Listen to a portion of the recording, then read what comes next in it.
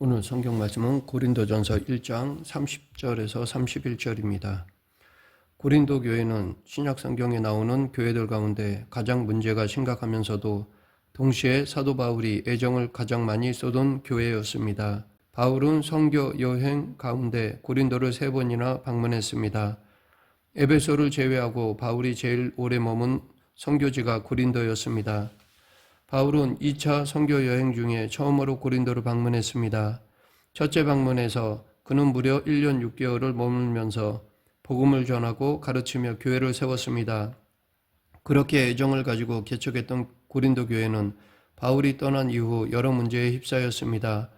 분파주의, 성 문제, 성도 간 소송 문제, 결혼과 우상 제물에 대한 질문, 은사 사용에 대한 문제, 부활에 대한 부족한 이해 등등 고린도 교회는 온 몸에 만신창이가 된 사람처럼 굼지 않은 곳이 없을 정도였습니다. 바울은 이것을 해결하기 위해 편지를 썼습니다. 하지만 그것도 부족하다 느꼈는지 그는 근심 중에 고린도 교회를 직접 방문했습니다. 그 후 고린도를 나온 뒤에도 다시 눈물의 편지를 써서 디도편으로 보냈습니다. 마침내 바울은 고린도 교회가 회복되었다는 기쁜 소식을 디도로부터 듣게 되었고 고린도로 가는 도중에 또다시 편지를 보냈는데 그것이 바로 고린도 후서입니다. 이처럼 고린도 교회는 다양한 문제를 안고 있었기에 고린도 전후서를 읽으면 지금 우리들의 교회에 필요한 교훈들을 많이 얻을 수 있습니다.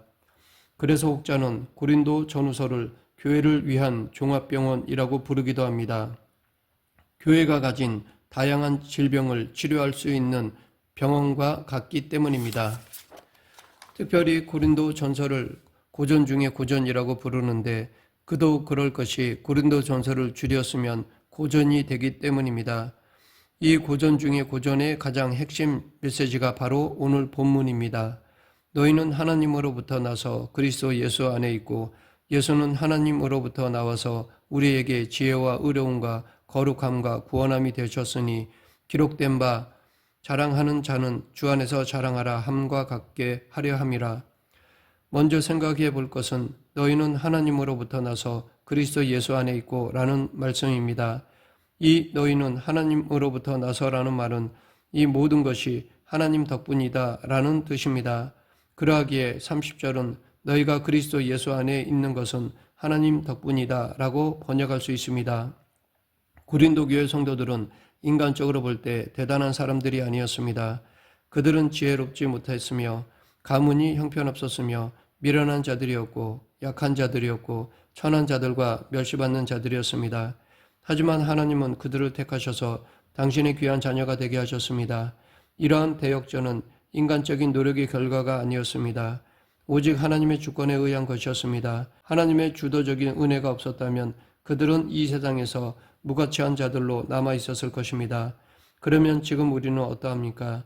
지금 우리는 하나님 때문에 인생의 대역전된 사람들입니다. 하나님은 이처럼 큰 은혜를 베푸셔서 우리를 당신의 자녀가 되게 하셨습니다.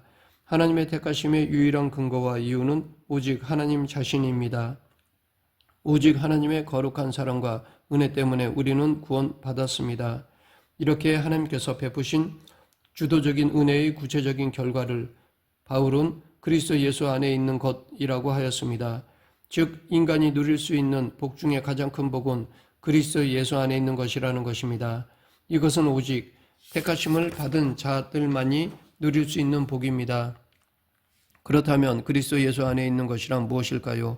그것은 다름 아닌 그리스도와의 연합입니다. 우리의 마음과 그리스도의 마음이 이어져 있는 것입니다.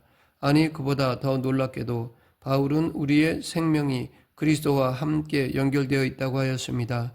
골로새서 3장 3절 이는 너희가 죽었고 너희 생명이 그리스도와 함께 하나님 안에 감추어졌습니다. 이러한 연합을 누리는 사람은 하나님의 나라에 이미 들어온 사람입니다. 그리고 영원한 천국을 약속받은 사람입니다. 그렇기 때문에 그리스도 예수 안에 있는 사람은 말할 수 없는 큰 기쁨을 누리며 삽니다. 이제는 내가 사는 것이 아니라 그리스도께서 사십니다. 이것을 바울은 갈라디아서 2장 20절에서 내가 그리스도와 함께 십자가에 못 박혔나니 그런즉 이제는 내가 사는 것이 아니요 오직 내 안에 그리스도께서 사시는 것이라 이제 내가 육체 가운데 사는 것은 나를 사랑하사 나를 위하여 자기 자신을 버리신 하나님의 아들을 믿는 믿음 안에서 사는 것이라 라고 하였습니다. 두 번째로 생각해 볼 것은 예수는 하나님으로부터 나와서 우리에게 지혜와 의로움과 거룩함과 구원함이 되셨다라는 것입니다. 이 말은 하나님의 은혜 때문에 그리스도 예수 안에 있는 사람은 예수 그리스도께서 지혜와 의로움과 거룩함과 구원함이 되시는 복을 누린다는 것입니다. 이것을 네 가지로 나누어 살펴보면 첫째, 그리스도는 우리의 지혜가 되셨습니다. 고린도전서에는 유난히 지혜라는 단어가 많이 나옵니다. 고린도전서에서 말하는 지혜는 세상의 철학자들과 통치자들과 수사학자들의 지혜를 가리킵니다. 그래서 바울은 자신은 그런 지혜를 가지고 복음을 전하려 하지 않았다고 하였습니다. 오히려 하나님의 지혜를 전파했습니다. 고린도전서 2장 6절 7절 그러나 우리가 온전한 자들 중에서는 지혜를 말하노니 이는 이 세상의 지혜가 아니요 또 이 세상에서 없어질 통치자들의 지혜도 아니요 오직 은밀한 가운데 있는 하나님의 지혜를 말하는 것으로서 곧 감추어졌던 것인데 하나님이 우리의 영광을 위하여 만세전에 미리 정하신 것이라. 하나님의 지혜는 바로 예수 그리스도이십니다. 그리스도께서 하나님의 지혜가 되시는 이유는 태초에 하나님이 그리스도를 통하여 이 세상을 지으셨기 때문입니다. 그렇기에 우리가 그리스도를 닮아갈수록 그만큼 하나님의 뜻대로 이 세상을 지혜롭게 살아가게 됩니다. 둘째, 그리스도는 우리의 의로움이 되셨습니다. 우리는 본질상 의롭지 않습니다.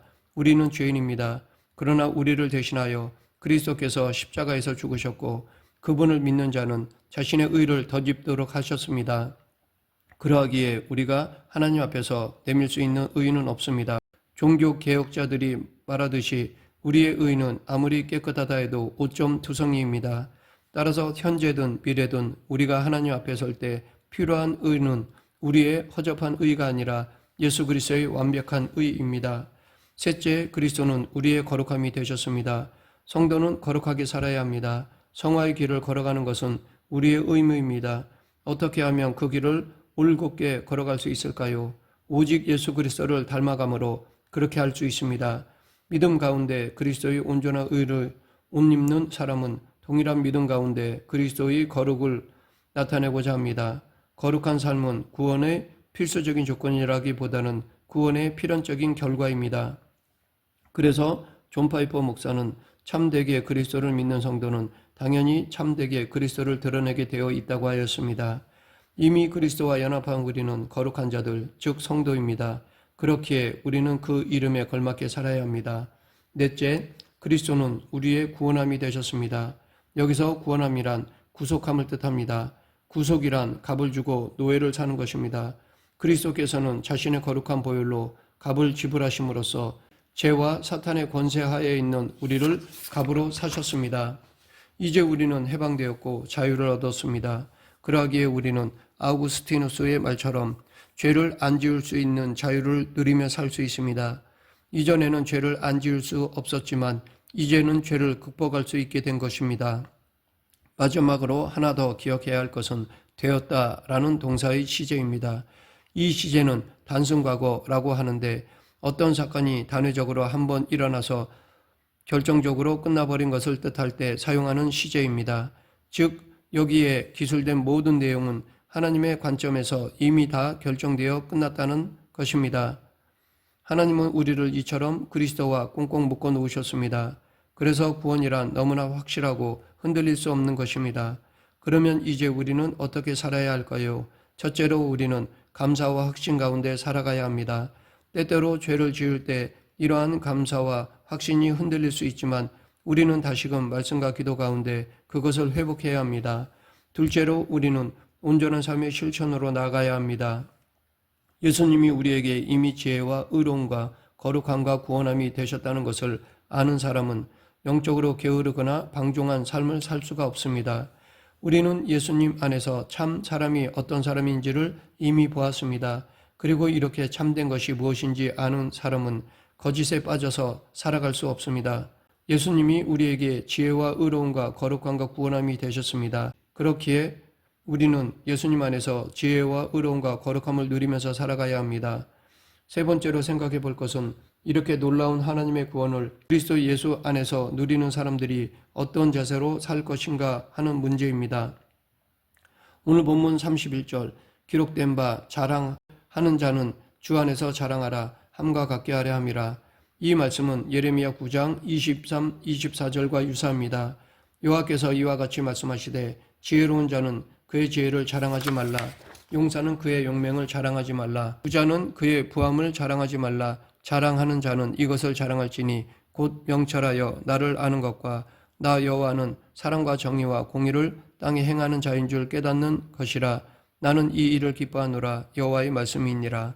여기서 우리가 오해하지 말아야 할 것은 사도 바울은 자랑하는 자는 주 안에서 자랑하라 라고 하는 말을 주 안에서라면 자기의 돈이나 실력이나 외모를 자랑해도 된다고 생각해서는 안 될 것입니다.